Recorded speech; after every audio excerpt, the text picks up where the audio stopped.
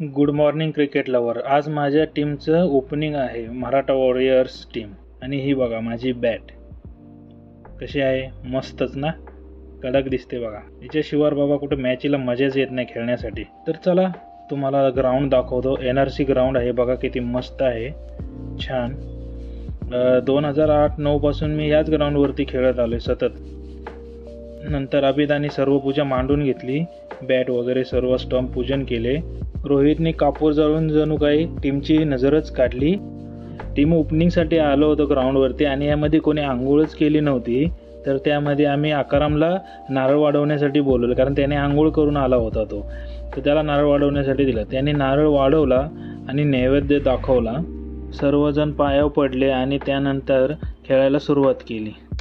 हा बघा मला काही येत नाही, खेळता येत नाही, बॉलिंग येत नाही, फिल्डिंग येत नाही, तरी ग्राउंडवरती आलो आहे.